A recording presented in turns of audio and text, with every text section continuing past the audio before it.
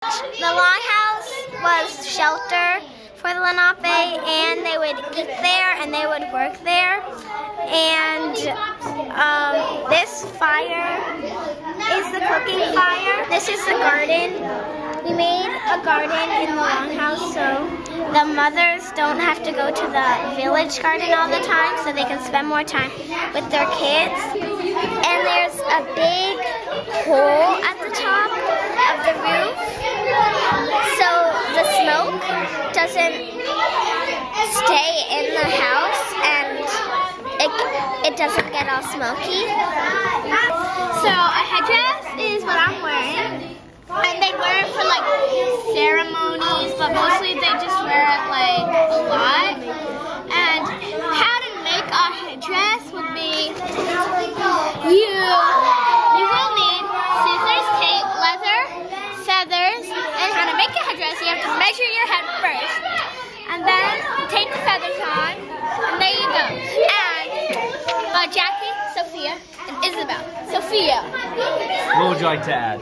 When they made jewelry, they used like shells and rocks and different like things they found in nature, and they just used them for like ceremonies and special occasions. Tell me what you liked about working on this activity. I like working with my friends, and you had to make a lot of bracelets to hand out, which was hard.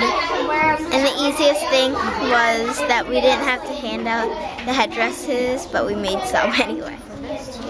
Tell me about the wigwam, guys. The wigwam, it took us a long time to make a wigwam because we couldn't decide on how to make them. And now we decided to make them out of sticks and leather and plasticine, and it worked out. Do you have anything you want to add about the wigwam, Louie? We had fun making it, and that's all. Well, what did you learn about wigwams? They're very protective from weather. That what? They're very protective from weather. So tell me about your project. We did dugout canoes. They were the strongest canoes they could use because they were in Manhattan, which is Manhattan right now.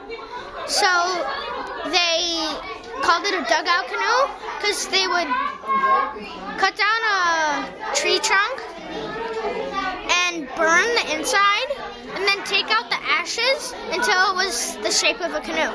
And of course we couldn't do it, like actually burn it in school, but we made a just chiseled dugout canoe.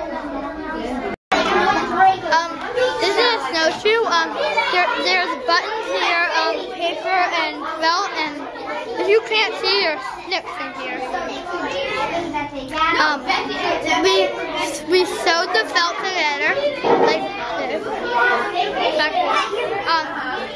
Then we put the sticks in between them because there was holes in them, and then we just glued these buttons on and then stapled the paper to them. I made Lenape paint.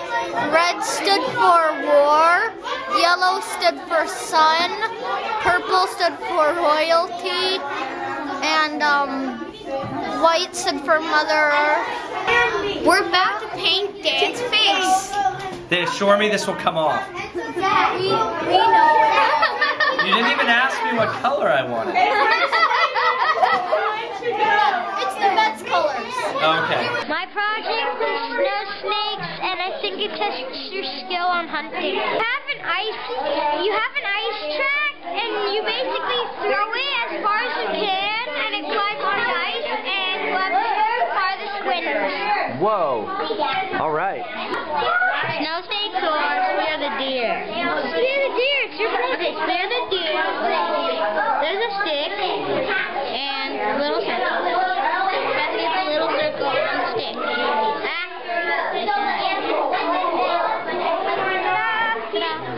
Me and Aditya made real live, lacrosse sticks with very strong nets.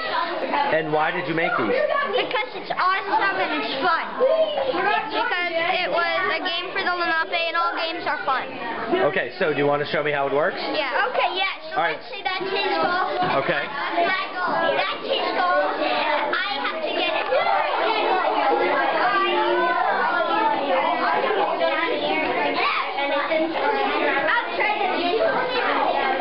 Tell me about your project, Sophie. My project is ring toss.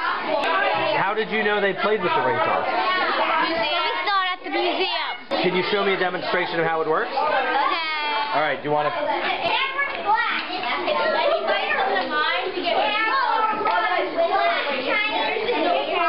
Maya, tell us about what you did for this museum.